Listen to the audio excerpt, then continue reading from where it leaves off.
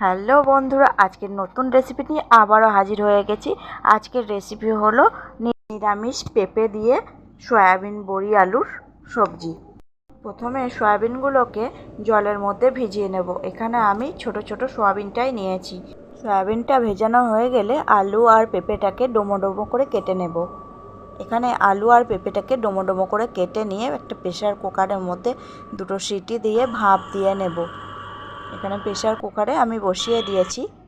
এরপর মিক্সিং জারে আদা, দারচিনি আর এলাচ দিয়ে মশলাটাকে বানিয়ে নেব।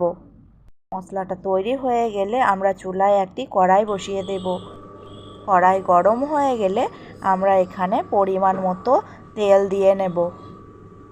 তো তেলটা আপনারা পরিমাণ মতো দিয়ে নেবেন। কতটা পরিমাণ তেল খাবেন, কেউ কমও খায় কেউ বেশিও খায়। তো তেল গরম হয়ে গেলে এখানে প্রথমে সয়াবিনগুলো ভালো করে ধুয়ে নিয়ে ভেজে নেব। তো সয়াবিনগুলোকে প্রথমে একবার নাড়াচাড়া করে নেব। সয়াবিনটা তেলের উপর দেওয়ার পরে সঙ্গে সঙ্গে লবণ হলুদ না দিয়ে কিছুক্ষণ নাড়াচাড়া করে নিয়ে পরে লবণ হলুদটা দেবেন, তাতে কড়াইয়ে কম লেগে যাবে। তো একবার নাড়াচাড়া করে নেওয়ার পরে আমি হলুদ গুঁড়ো আর লবণটা দিয়ে নিলাম। এরপরে কিন্তু আবারও নাড়াচাড়া করে নিতে হবে। এইভাবেই 2-4 বার নাড়াচাড়া করতে করতে সয়াবিনটা লাল লাল করে ভাজা হয়ে যাবে।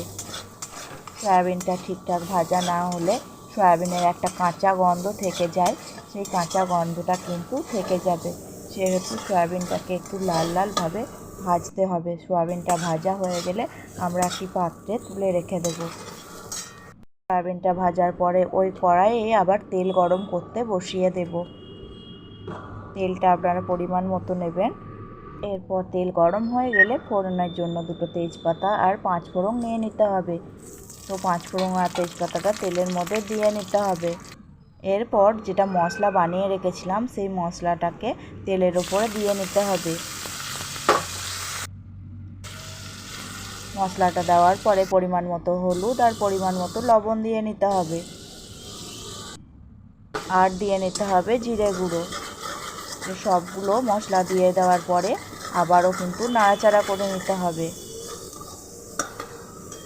কিছুক্ষণ ধরে এটা নাড়াচাড়া করার পরে একটুখানি জল দিয়ে নিতে হবে।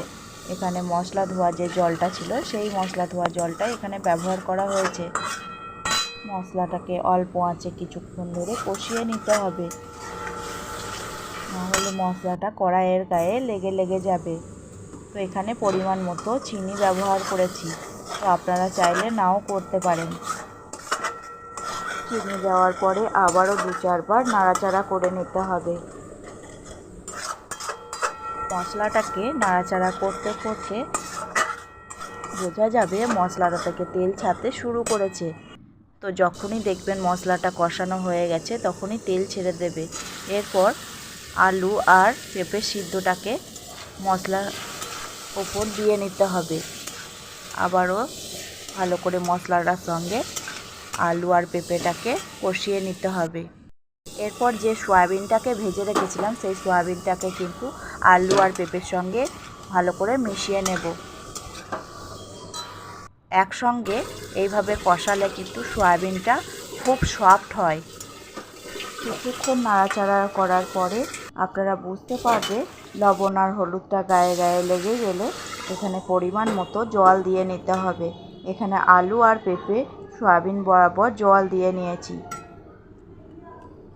এবার 5 মিনিট মতো ফুটতে দেব। তার আগে 2টো কাঁচা লঙ্কাকে দিয়ে নেব ঝালের জন্য। সয়াবিনের এই নিরামিষ সবজিটা ফুটতে শুরু করেছে। এখানে 5 থেকে 7 মিনিট মতো ফুটিয়ে নিতে হবে। আজকের এই রেসিপিটি যদি ভালো লেগে থাকে বন্ধুদের কাছে একটি অনুরোধ, চ্যানেলটি লাইক সাবস্ক্রাইব করে নেবেন নতুন নতুন ভিডিও পাওয়ার জন্য।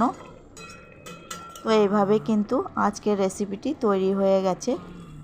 তো বন্ধুদের আজকের এই নিরামিষ সয়াবিন পেঁপে আলুর সবজি কেমন লেগেছে তো প্লিজ কমেন্ট বক্সে জানাতে ভুলবেন না। তো আজকে এই পর্যন্তই।